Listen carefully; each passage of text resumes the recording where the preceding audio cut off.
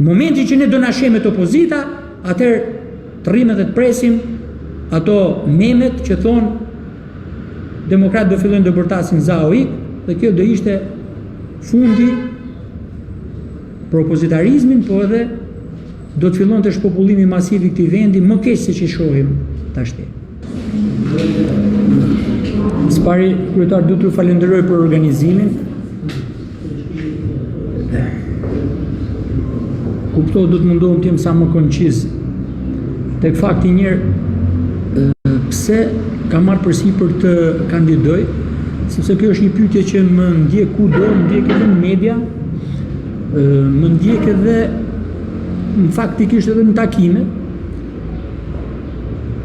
Ka qenë një periudhë më shumë se 5 vjeçare,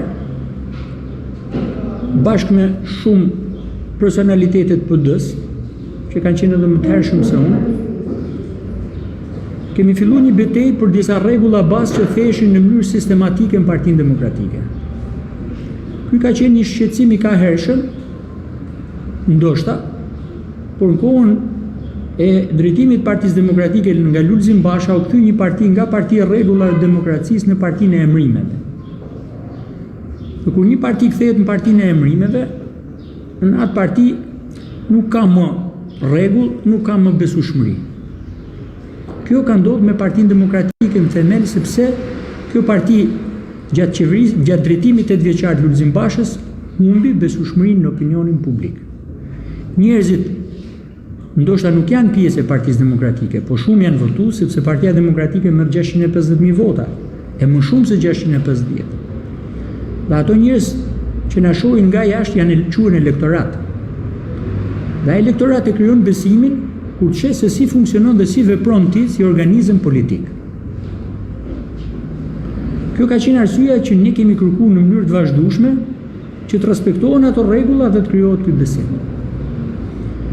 Kuptohet, ka qenë lëvizje që nuk kanë dhënë progres të dukshëm, pasi besueshmëria antarësisë të gjithë këto njerëz, për shkak sepse edhe qëndrimi në atë kohë ish kryeministrit dhe i kryetarit Partisë Demokratike kanë qenë unison, dhe ju besoj këtë e dini. Duke qenë unison, të dy bashkë kanë qenë një forcë shumë e madhe brenda Partisë Demokratike, që ti të mbushush mendjen gjithë antarësisë që një grup i ri njerëzish mund të marrin dhe të organizojnë Partinë Demokratike. Kjo ka qenë tabloja.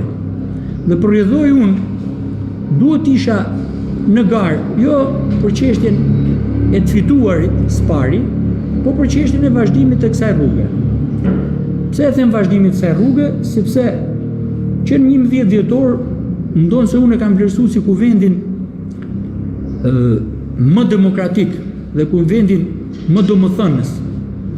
Një grup njerëzish, grupi delegatëve, rreth 4.900 vetë qohën dhe rrëzojnë një model në mënyrë demokratike, duke paraqit vullnetin e shumicës dhe i hapin rrugën një modeli të ri. Dhe i këtu gjithçka është në rregull. Nuk po merrem me faktin sepse si e tek ish kryeministri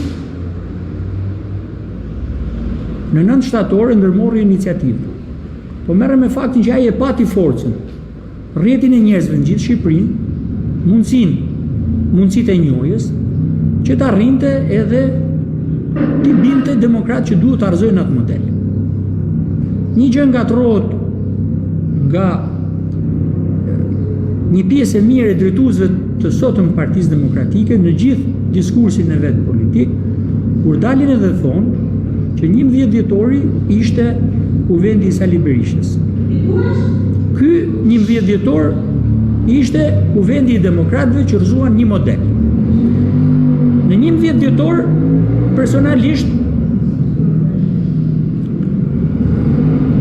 kam shprehur një rezervë, edhe pse në respekt atij kuvendi,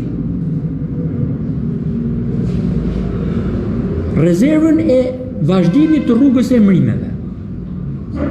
Dhe u deklarova që grupi i rithemelimit që po krijohet është një grup i ri emëruar. Pra nuk ka një proces si dalin njerëzit të cilët do jenë vazhdimësia dhe do jenë ato që do garantojnë rithemelimin.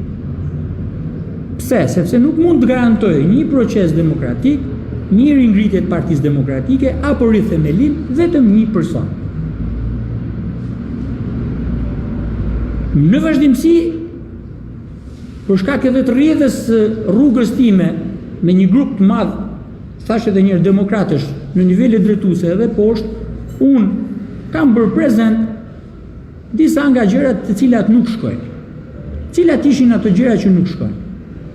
U premtu debati, sepse debati ishte një element i rëndësishëm që ne e kërkonim vazhdimsi mrena Partisë Demokratike. Dhe ne nuk e kërkojmë debatin thjesht, ose si që interpretojmë tjerët që debati është një mollë sherrri mrena partisë. Qose në dy vetë vinë këtu dhe debatojnë për pikpamjet e tyre, unë mendoj se e drejtoj degën në këtë formë dhe ti në këtë formë, debati është një mjet që çon në vlerësimin e kandidatëve. Pra, në qoftë unë sjell dy persona që ulen këtu, cilët nuk bashkëbisedojnë dhe nuk debatojnë me një auditor, ti në vetvete ke zgjedh një person që nuk ja di vlerat. Dhe debati është edhe kulturë që na mëson të marremi vesh me njëri tjetrin. Ne nuk mund të zgjedhim gjithmonë persona të cilët nuk i njohim për formimin e tyre. Unë nuk paludoj në rastin e rretheve ndoshta të vogla ose në rastin e Beratit ose të Kuksit ose sepse mund ndodh që ato kanë një urinë dhe informacionin e nevojshëm për personin. Unë përgjithësi në rrethet të mëdhaja dhe në qytetet të mëdhaja kjo punë është e detyrueshme për të ndodhur, se e kërkon demokracia, e kërkojnë rregullat bazë. Dhe çfarë kam kërkuar në gjithë këtë periudhë? Kam kërkuar që të futet debati si mjet në çdo proces dhe ky debat të sankcionohet në statutin e Partisë Demokratike. Që njerëzve t'ju jepet kohë e mjaftueshme, dalin para strukturave, debatojnë, kenë një platformë minimale, sepse nuk është e thënë gjithmonë njerëzit të jenë të mirë shkolluar dhe të mirë arsyemuar që të ndërtojnë platforma, po njerëzit që dalin 2-3 ide duhet të kenë për arsye pse vinë këtu dhe ju kërkojnë votën njerëz delegatëve ose antarësisë.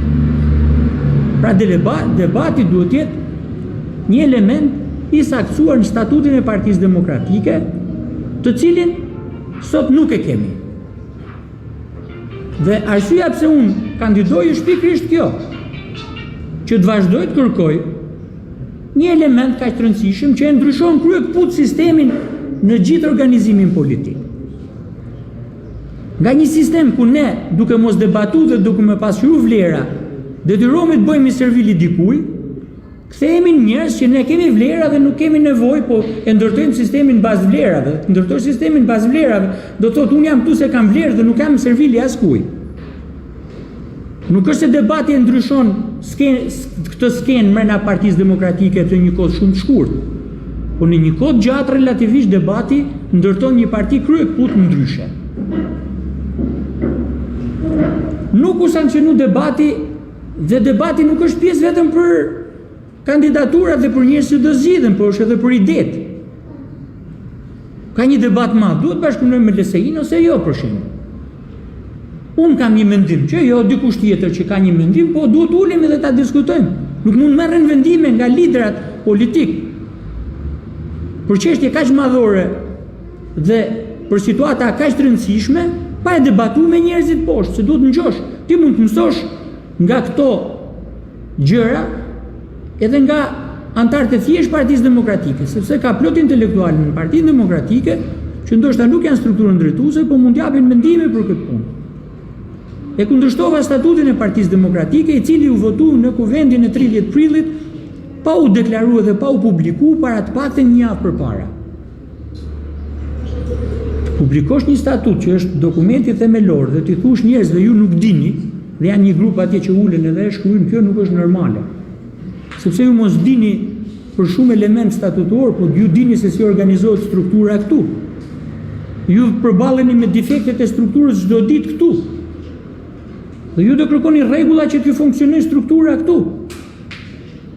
Kush është pyet në asnjë degë të Shqipërisë, dhe asnjë strukturë lokale, po edhe qendrore, nuk ka pas debat në lidhje me dokumentin më të rëndësishëm të Partisë Demokratike. To që e them me bindje dhe me fakt publik, Të nuk e them sepse unë pa mendsoj këtu, nuk flas kur pa pas një fakt dhe pa qenë e deklaruar publikisht kjo që them. Sepse po mos jetë e deklaruar publikisht këtu do filloj debati është ose jo e vërtet. Në qoftë se në një parti fillon debati është ose jo e vërtet, atëherë do na haj shumë kohë dhe nuk do dilja do të thelbi, pra puni referohen fakteve publike. Tjetër, çfarë na ka ndodhur një fenomen? Na ka ndodhur një fenomen që duke mos pas debat dhe gara serioze, si këtu për shembull mund të ketë pas ose në ndeg veçanta mund të ketë pas, shpeshherë është abuzuar me votën. Dhe ky abuzimi me votën nuk është hamendësia e imja, po është deklarim publik, janë edhe dokumenta publik.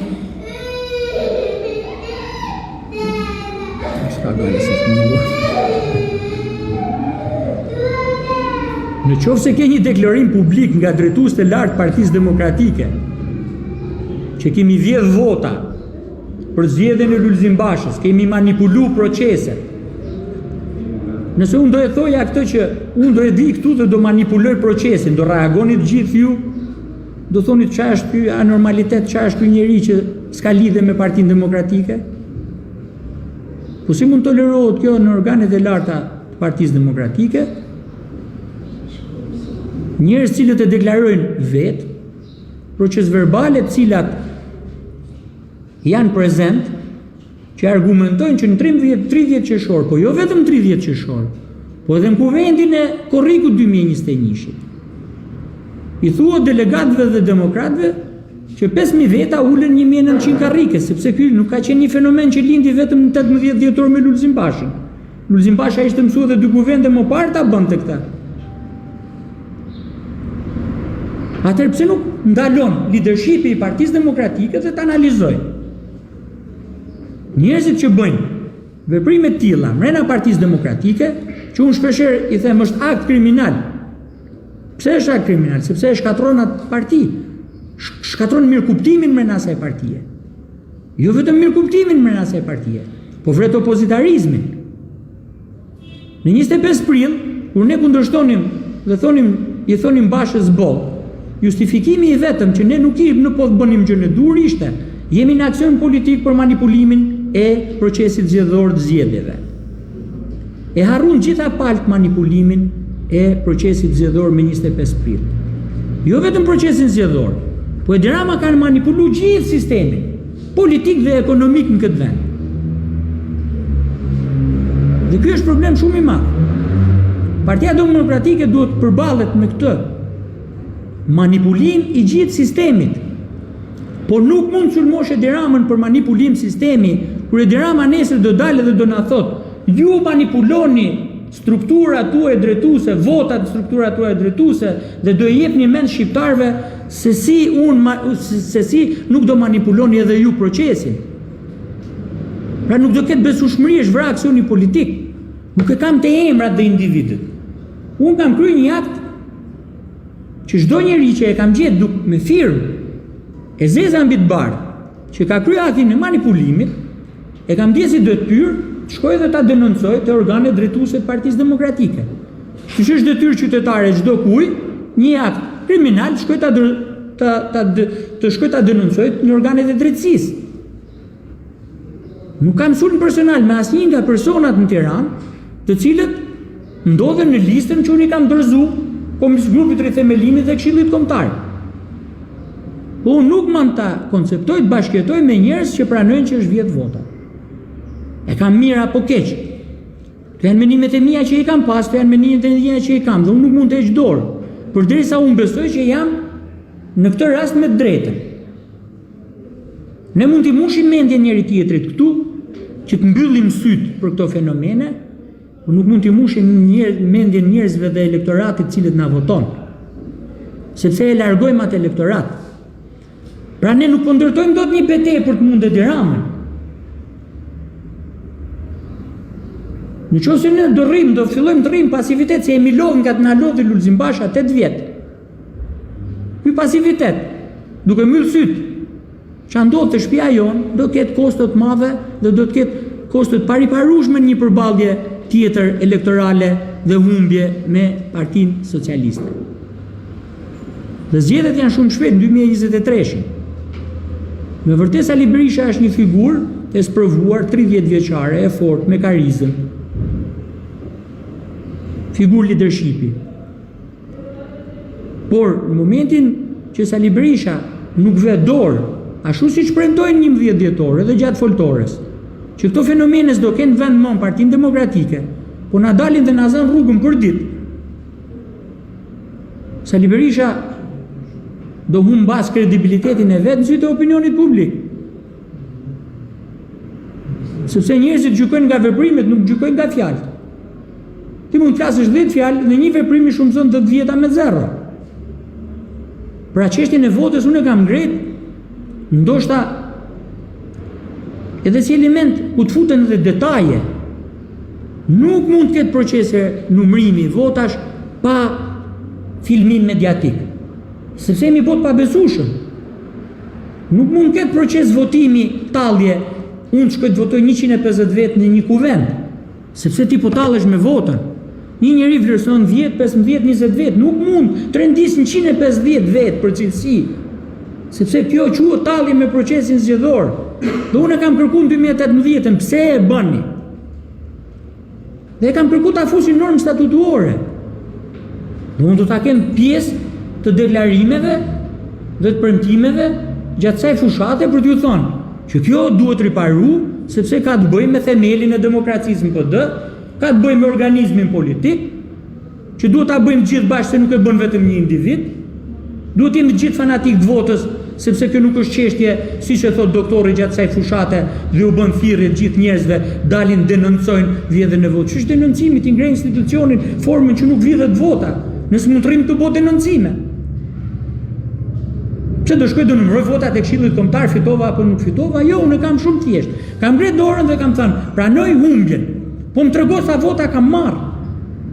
Si mund shpallësh listë kombëtare dhe ke një periudhë 2 javore, 3 javore që nuk i tregon njerëzve sa vota mori secili.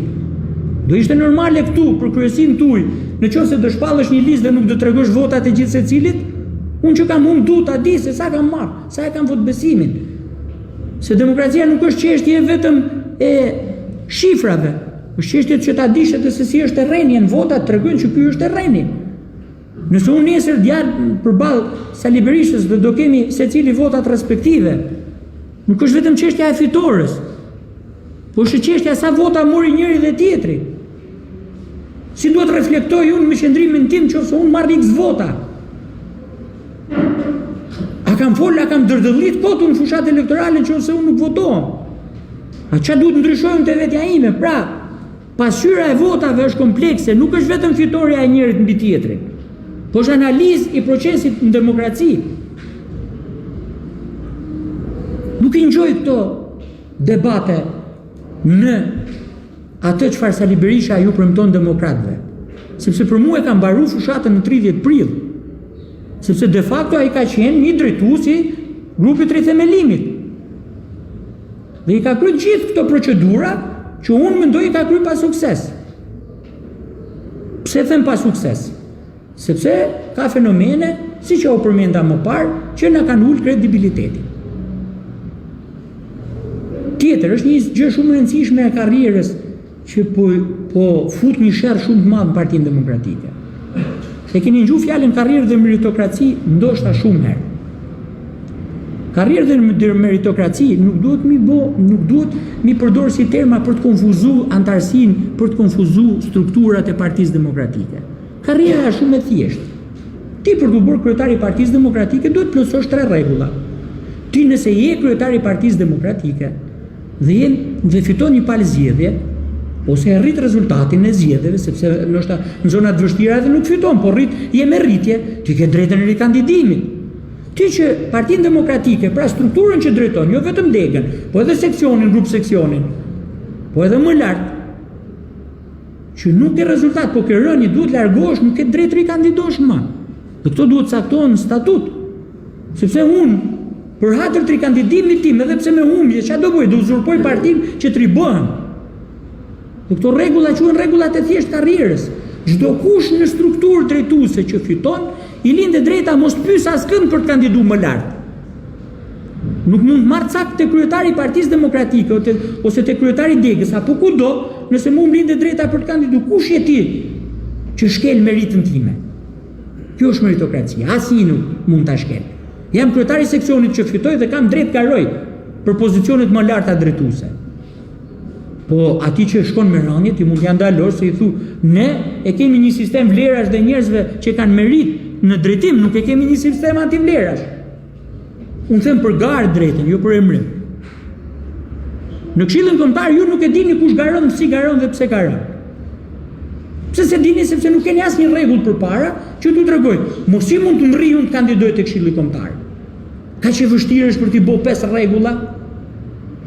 Kaq e vështirë është për të ratë gjithë dakord me 5 rregulla dhe të mbyllim gojen në gjithë zallamahin e drejtimit Partisë Demokratike. Dhe këto unë jam i detyruar të artikuloj. Nëse dikush se ka marrë përsipër, unë do vi do i artikuloj kudo. Po shtrira territoriale që duhet jetë statutuore.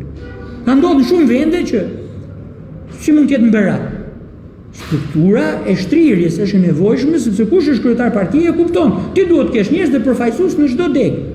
Dhe elementi që kryetarët e grup seksioneve duhet të jenë pjesë e kryesisë nuk ka qenë negativ, ka qenë pozitiv. Por ti mund zgjedhësh edhe një grup tjetër që kanë të bëjnë me departamentet, kanë të bëjnë me shtresa ndryshme shoqërore, kanë të bëjnë me grupe të caktuara shoqërore, si mund të jenë arsimtar, mjek, mund të jenë ekonomist. Pra duhet një harmoni mes shtrirjes dhe mes profesioneve që kryesit mos dalin fata në një drejtim dhe të mangta në drejtimin tjetër.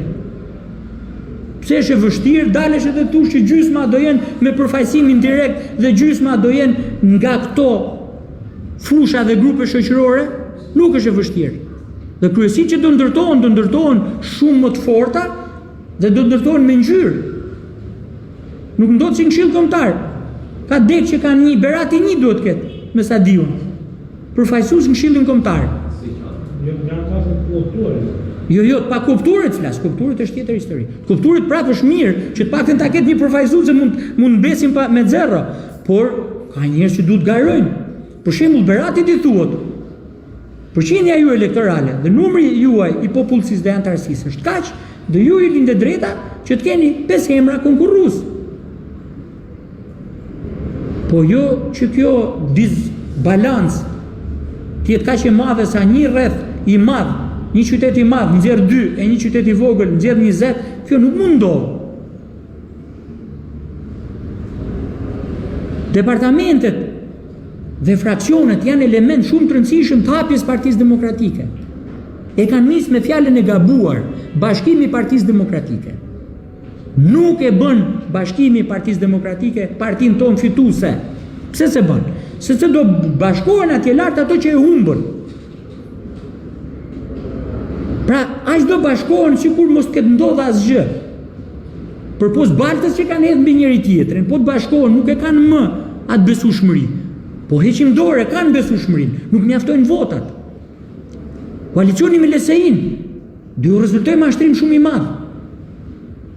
E kam thënë zvrastaren 2018 vazhdoj ta them prap. Unë e shpjegoj pse.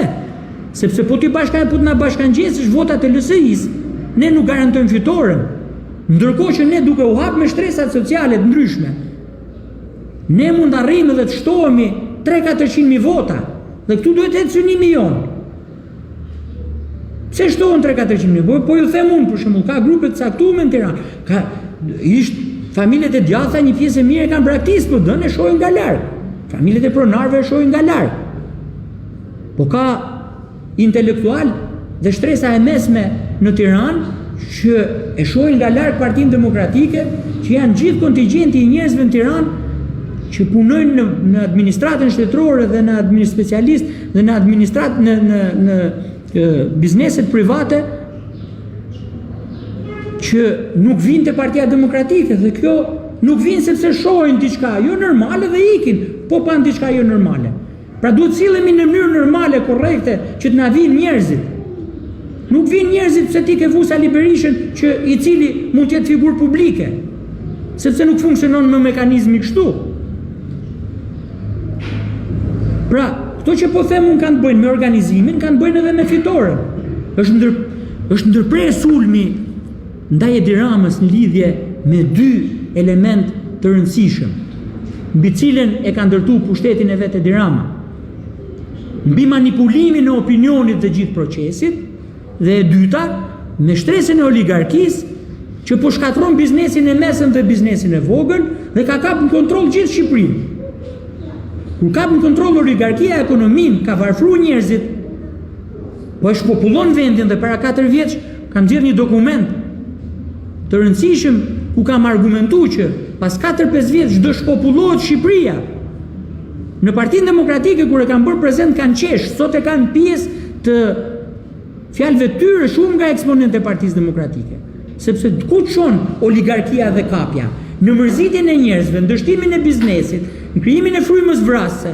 Unë nuk ndjem rahat në një shoqëri dhe do iki, nuk do rri këtu. Ky është konkluzion logjik. Nuk i ngjoj të merren me këtë. Si do e mundesh Edi Ramën ti? Kur ti nuk del edhe të thush po, këto oligark, po pastrojnë paratë e krimit. Ke argument se ishe gradaçelat në Tiranë që ngrihen dita ditës. Po duhet shkosh të këmbulësh për ditë ju të thush shqiptarëve që unë do vi dhe do e zhbëj sistemin e kapjes. Pra duhet fokusohesh të sulmosh Edi Ramën te ajo çfarë po bën Edi Rama de facto. Nuk e ngjon Partinë Demokratike. Pse? Se janë të lidhur me oligark një pjesë atje lart. E kanë shumë vështirë për dal nga rrethi vicioz ku janë fut. Po pse si do e mundim ne Edi Ramën? Kur ca tont janë me atë, me oligarkun dhe oligarku i shërben Edi Ramës, po këto tont janë kundër Edi Ramës, nuk shkon vetja e kalimit në këtë rast. Vetja e kalimit thotë që në një farë mënyrë ju që jeni të lidhur me oligark po i shërbeni edhe Edi Ramës. Çfarë ngeni ju në Partinë Demokratike atëherë? Pra as aksioni politik, as ajo që po bëjmë brenda Partisë Demokratike duhet ndryshuar. Unë e di që për ta dhe për të fituar besimin e njerëzve nuk mjafton t'ju tregosh këto fjalë që unë po them këtu. Sepse do qëndrueshmëri dhe vazhdimsi ky aksion politik. Dhe unë nuk jam ndoshta personi që jam publik që t'i dalë edhe garant fjalëve të mia për ato që nuk më njohin, kuptohet, jo për ato që më njohin. Për ato që më njohin e din fare mirë, ashtu siç edhe Sali Berisha e ka deklaruar vetë që nuk ka njoft njëri më të pavarur në politikë se sa unë gjatë gjithë karrierës vet politike. Kam qenë i pavarur edhe jo i pavarur. Kam qenë i pavarur se kam respektuar rregullat. Rregullat të cilët unë i kam njoft më kanë dhënë pavarësinë time në veprim. Sepse kushdo që futet në një organizëm politik ka varësinë e vet. Se ka varësinë cilët na e krijojnë rregullat e funksionimit. Dhe çfarë do t'ju them? Do t'ju them që unë shoh dy element shqetësues për mua që vi, sepse unë e kam filluar karrierën time politike mrena PD, sa po është kriju PD-ja, pa e ditë se kush do jenë dhe si do jenë rrethojat politike 30 vjeçare. Dhe mu më dhimbset kjo parti që t'ju deklaroj nesër që po shkon drejt shkatërimit.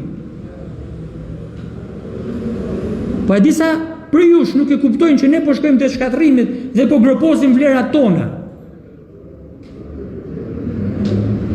Po groposim vlerat tona, janë kontribute familjesh, njerëz.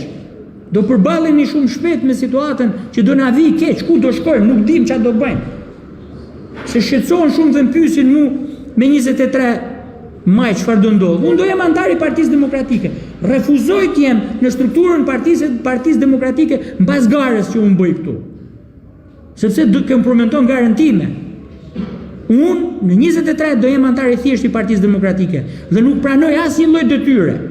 Por me 23 mas unë do të shoh se si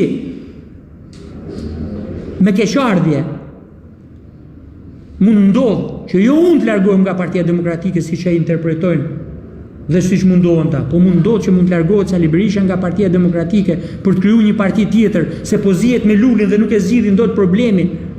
Dhe kjo do ishte fundi i Partisë Demokratike në aspektin që konflikti nuk do të shuhet më dhe pasojat do ishin pariparueshme. Pra nuk do ndodhte dot më ai bashkim. Dhe kësaj duhet ja kemi frikën gjithë.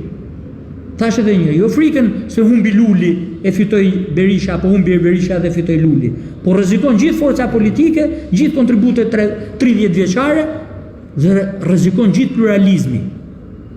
Në momentin që ne do na shemet opozita, atëherë të rrimë dhe të presim ato memet që thonë demokratë do fillojnë të bërtasin ZAO-ik dhe kjo do ishte fundi për opozitarizmin, po edhe do të fillon të shpopullimi masiv i këtij vendi më keq se që shohim tashti.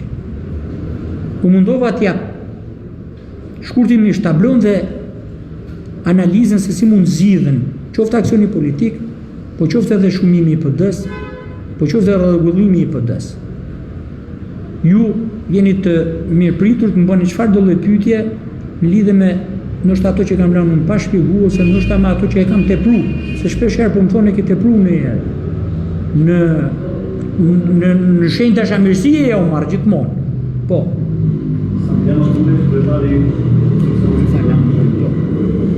Po e marrë në fundit një fakt që Partia Demokratike mund të shkrihet mund të shkatërrohet dhe marrë zgjedhjeve, për shembull doktor Sali Berisha mund të largohet nga Partia Demokratike dhe mund të krijojë partinë vetë. Po marrin manasjellas, po sigurisht të fitoni zgjedhjet dhe të jeni kryetari i Partisë Demokratike të gjithë strukturës që do tani.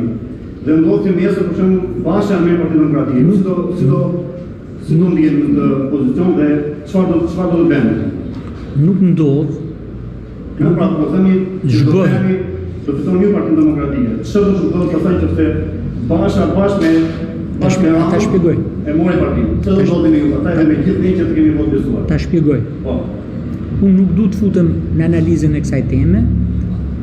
Pse nuk du të futem? Jo se s'di të analizoj. Po sepse po analizova duhet merrem me nëngratën dhe unë e kam vendosur mos merrem me nëngratën këtë fushat. Unë nuk më intereson nëse Berisha është nëngrata ose jo. Pse? Sepse unë jam një person që kam këmbul. Berisha ka drejtën e vet legjitime përderisa është antar i Partisë Demokratike dhe ka potencialin të jetë në garë. Nuk ka drejt askush. Unë nuk kërkoj ndonjëherë që Sali Berisha të largohet nga gara. Sepse po të kërkoj që Sali Berisha të largohet nga gara, kërkoj të shkel një rregull demokracisë mbi të cilën ndërtohet gjithë godina. Dhe unë për të larguar Sali Berishën nuk mund të prish godinën, siç duan këta të tjerë. Unë këtyre ju kam thënë gjithë atyre personaliteteve politike. Përfundova unë garë sepse se ndoqë rrugën dikush, se unë do mbështet, siç erdha mbështeta e ditin para një viti do mbështetja dikë tjetër. Po s'mund të them unë që nuk ka zënë Partia Demokratike që bërtet të zyrat e PD-s kur sheh se si Lulzim Basha tallet me gjithë antarësinë do filloj betejën. Ku t'ja morë drejtën ti për të filluar betejën 25 prill? Asnjë. Dhe unë sot do të vi të ngrej zërin sepse nuk mund të themi këtu që s'ka njeri në Tiranë që qoftë që reagon që kesh marrë me strukturat e Partisë Demokratike, reagon ndaj kësaj që po sheh. Unë nuk jam nëngrata dhe mu Lulzim Basha ase Nkele Dalibea dhe askush nuk mund ma vjen atë kufizim për shkak se kazo atyre është ndërtuar vetëm dhe është e dobët, se është ndërtuar vetëm një argument pa logjikshëm nëngratën. Momenti që unë them unë jam nëngrata ato shkrije nuk funksionojnë më. Është shumë e thjeshtë. Po më detyrova ta përdor se kam përdorur në asnjë takim. Zi sa i qartë që është shpjegimi.